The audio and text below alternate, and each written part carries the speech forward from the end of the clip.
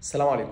ازيكم عاملين ايه؟ انا الكابتن محمود جنيدي، متخصص في الاعداد البدني وتغذيه الرياضيين. هنتكلم النهارده عن النظام الغذائي للاعب كره القدم. النظام الغذائي للاعب كره القدم يعتبر من اهم الحاجات لاي لعيب محترف او اي رياضي فعلا عايز يكون حاجه كويسه. ان شاء الله الفتره اللي جايه بحضر لكم سلسله فيديوهات قويه جدا وشامله كل التفاصيل اللي محتاج تعرفها عن البرنامج الغذائي للاعب كره القدم.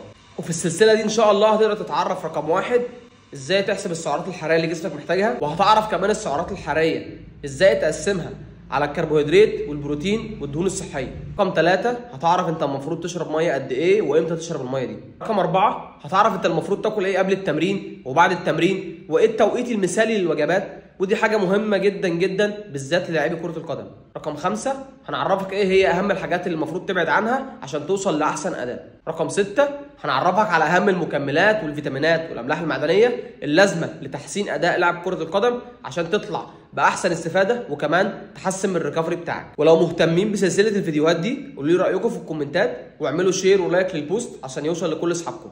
ويا ريت ما تنساش تصلي على النبي، ولو مش متابعني تابعني.